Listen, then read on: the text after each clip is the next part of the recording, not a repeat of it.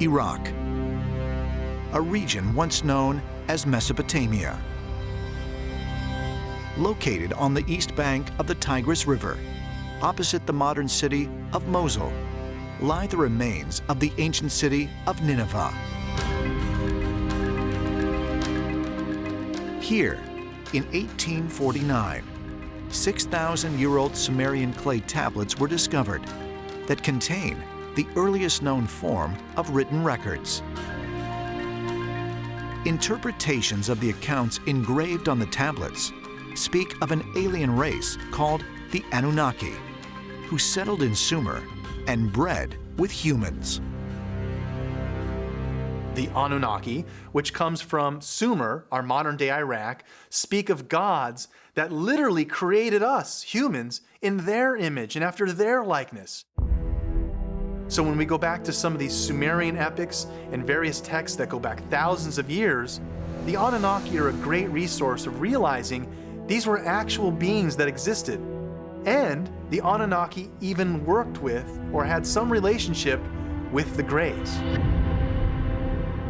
With the Anunnaki, what Anu really is a description of the fact that they're linked with their created deities. And in this case, Anu is linked with the constellation of Orion, very specifically saying that these creatures come from somewhere out there in the universe and have come from there to us.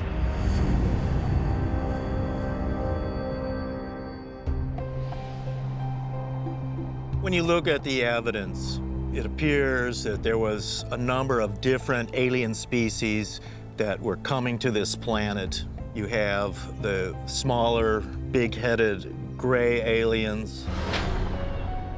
You have the very tall, literal giants that were sometimes called the Anunnaki. We have other alien species that allegedly look almost identical to us.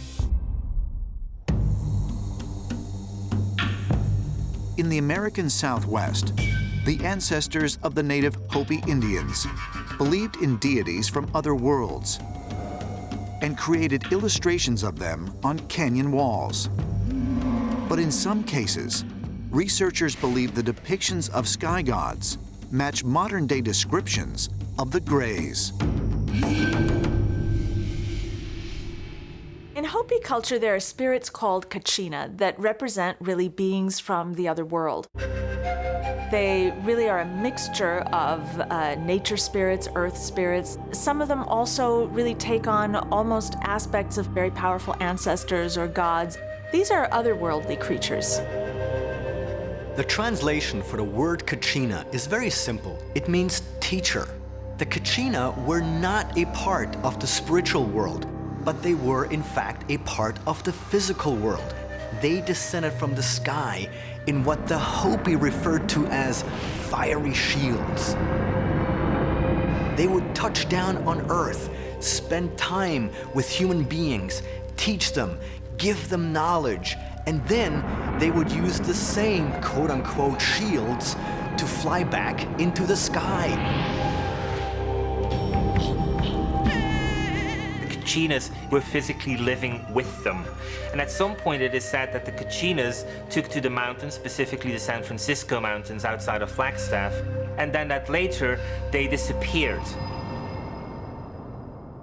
The Kachinas in the Hopi culture are known as gods. And this term gods I use loosely because we now look at the information and wonder if they're possibly extraterrestrials. Now what's interesting is this theme is replicated across many different cultures. The gods come here and find our human females attractive. So this is the same thing reported by the Hopi Indians. But if gray aliens came to Earth in the distant past and mated with humans, where is the physical evidence of this union? Researchers point to numerous elongated humanoid skulls found on several continents. Might such remains actually be of a hybrid species, part alien and part human, as ancient astronaut theorists believe? One of the things that you see around the pyramids here on coastal Peru is that they're associated with these skulls. It would seem that those elongated skulls were half alien, half human. And in fact, some of the recent DNA testing that's been done here in Peru is indicating that these people are somehow half human and half some other race. May 9th, 2001, the National Press Club, Washington, D.C.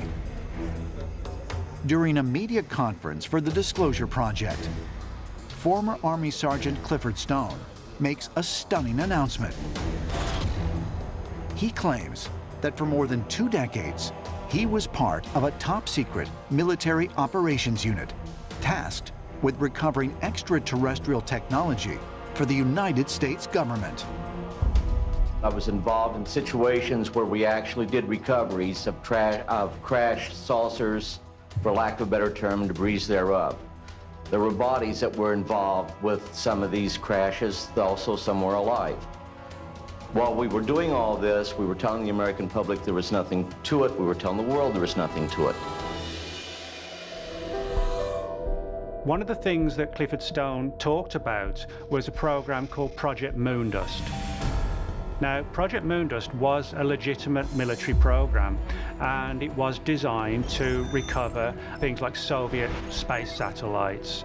The small number of documents on Moondust that have surfaced through the Freedom of Information Act talk about how it wasn't just Soviet spacecraft, it was also UFOs. It actually uses the term UFOs in the document.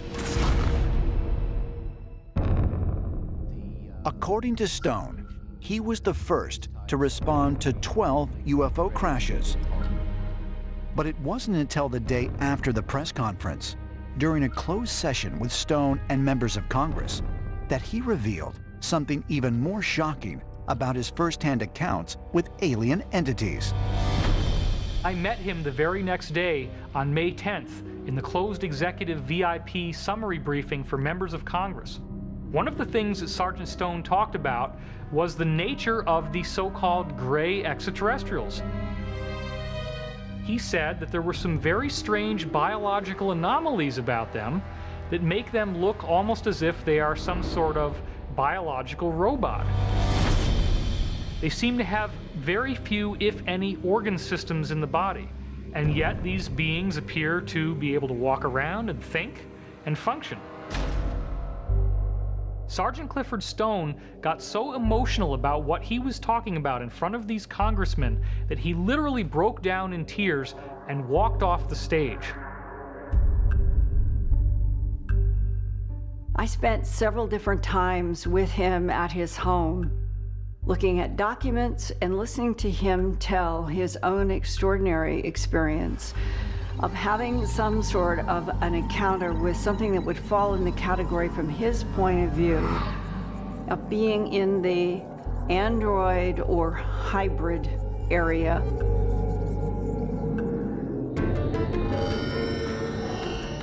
Is it possible that the so-called Greys reported by alleged alien abductees are really robots being controlled from beyond our planet?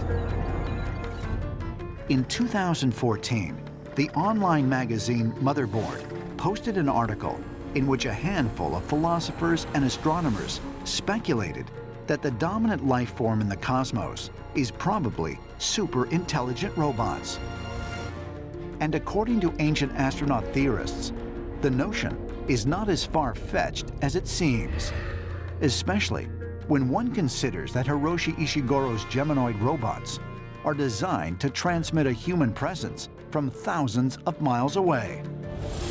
Similarly designed to operate from a remote distance is the Dreamer robot, created by the University of Texas, and also NASA's latest robotic space traveler, Valkyrie. What we envision in the future is more of a supervised autonomy, where you're giving the robot high-level instructions, and the robot's autonomous enough to interpret those high-level instructions and then carry out a portion of its mission.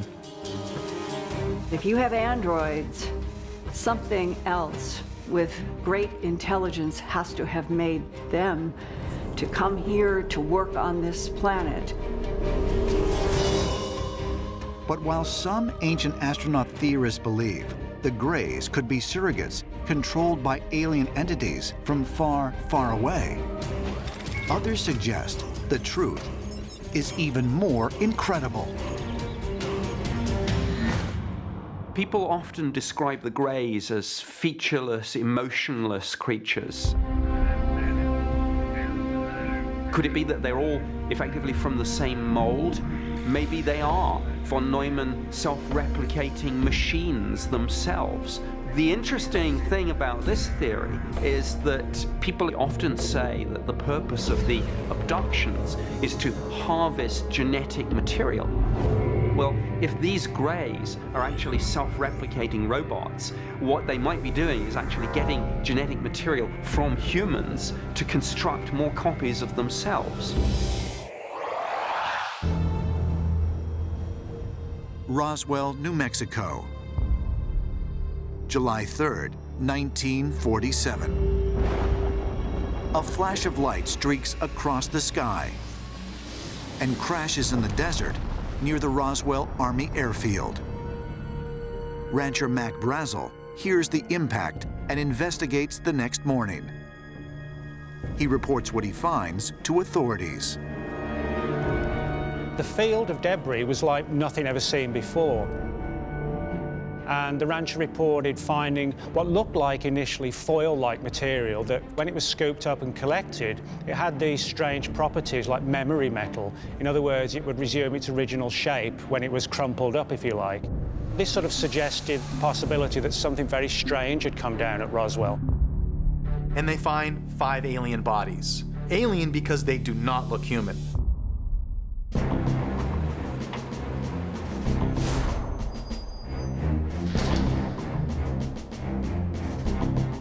Using hermetically sealed, smaller coffin-sized boxes, these bodies were transported and looked at, medically analyzed, and then shipped off to various areas of classified research.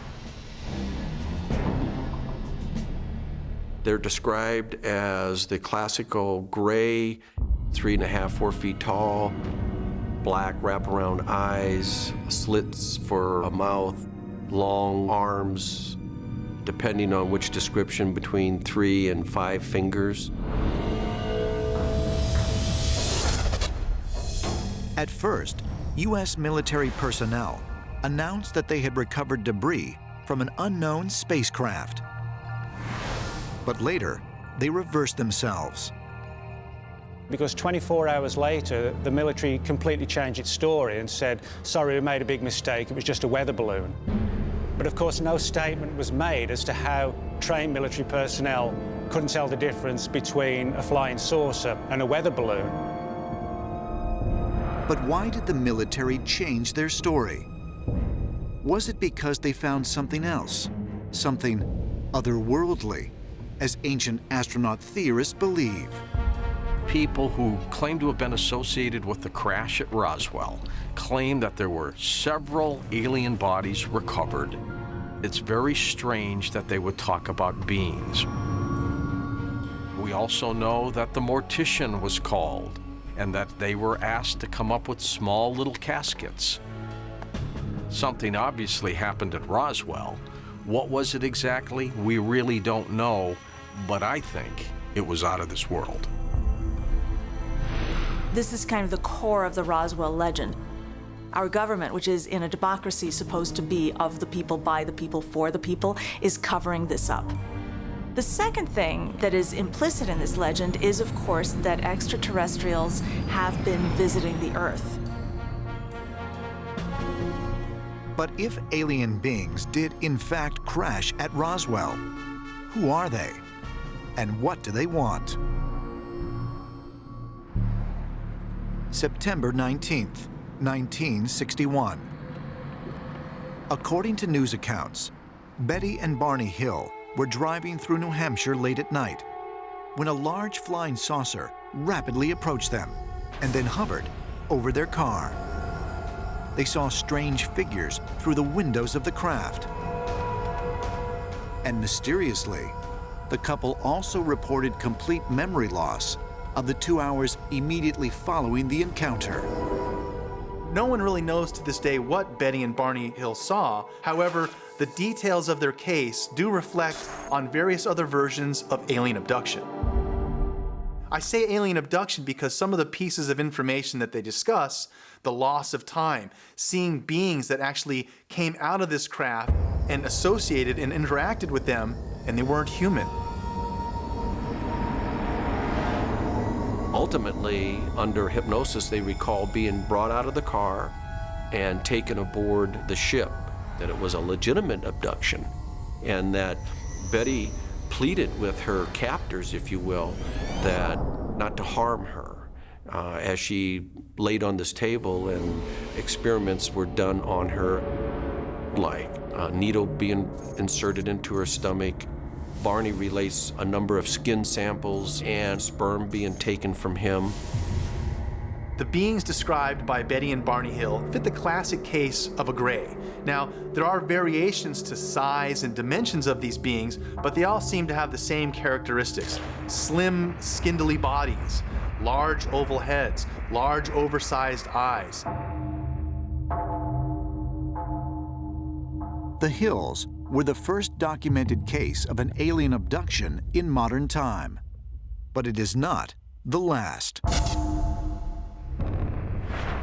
Since the 1960s, there have been many more similar reports, including that of Kim Carlsberg, a commercial photographer, who in 1988 claimed to have been abducted by gray aliens in the middle of the night.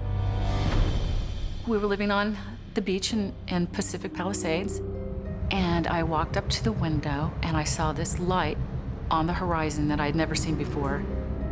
You know, I'd lived on the beach my whole life, and it wasn't a boat and it wasn't a star. I just watched this craft. The next thing I knew, it jetted into the stars and disappeared, and I went to bed as usual. I woke up in the middle of the night and I was not in my bed any longer. I was naked and I was paralyzed. The beings I saw were about 3.5 feet tall. They were naked. They were off-white. They were not gray. They had huge heads, huge wrap-around black eyes, tiny little bodies. There are many stories of grays abducting humans into their spaceships, and even of being inseminated with alien reproductive material and then conceiving human-alien hybrid babies and having those fetuses removed from their bodies and then grown on the alien spaceships. In some cases, people report going back onto the spaceship and being able to see these hybrid offspring. I was being used for my DNA. They were creating hybrid children from my eggs, someone else's sperm, and combining it with their DNA and their sperm. I would be implanted with an alien fetus, and they would leave the fetus in my body for a few months. Then they would bring me back again later, and then they would remove it. It was horrific. It was terrifying. You can't have so many people saying that they've been abducted and not have some possibility of truth with that. I think it's happening. I don't know if it's a hybridization program for these ETs or whether they're trying to bring these hybrids back to this planet one day when the environment changes. But in my opinion, something very strange is happening to these people who claim to be abducted. June 1st, 1990. UFO investigator Raymond Fowler publishes The Watchers, an unprecedented inside look at the Betty Andreasson case.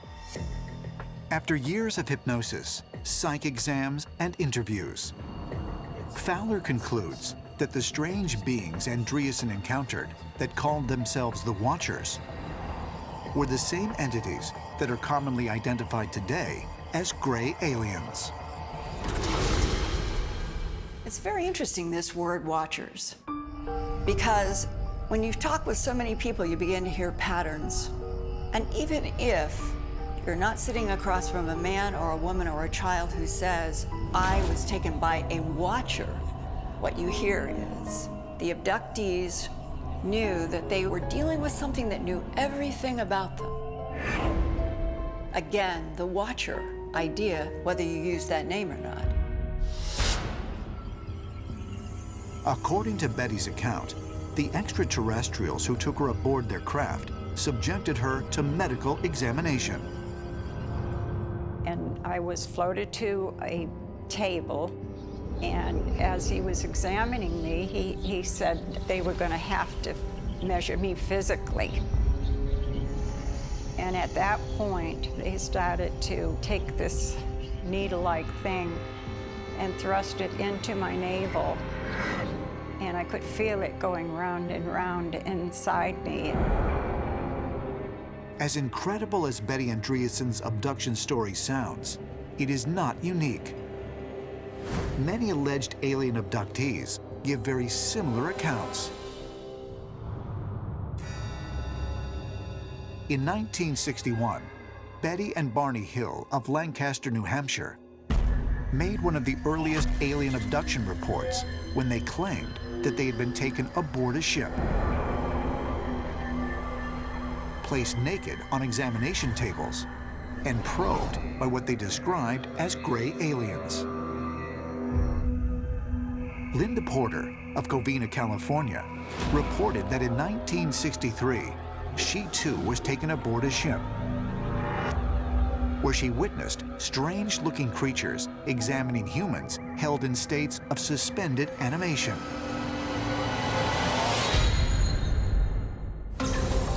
But if these accounts are true, what is it that's being done to these abductees? Watchers have two key areas of interest as concerns humanity. One is genetics and the other is technology, and both are found in the phenomena of alien abductions. So one idea would be that the purpose of the abductions is to continue to tweak the human body to assist humanity in climbing the evolutionary ladder, so to speak. Is it possible that the Watchers that were described in the Bible and the Book of Enoch really are responsible for the modern alien abduction phenomenon, and that they are continuing to alter our genetic makeup? Or might there be another explanation? Some ancient astronaut theorists suggest it is possible that modern alien abductions are not the work of those same Watchers that survived the Great Flood, but that instead they are carried out by another group of extraterrestrials. Watchers that have returned to Earth in search of those who stayed behind. All of the people that I've interviewed, they would tell you the same thing. These Watchers, they're not all of the same mind. There seems to be conflict about what the future of humanity on this planet will be. Legends teach us that Watchers fight amongst themselves, and that they will each manipulate segments of humanity so as to express their own agendas, and therefore it is they who influence nations to go to war and to fight for their purposes and not necessarily for our own betterment.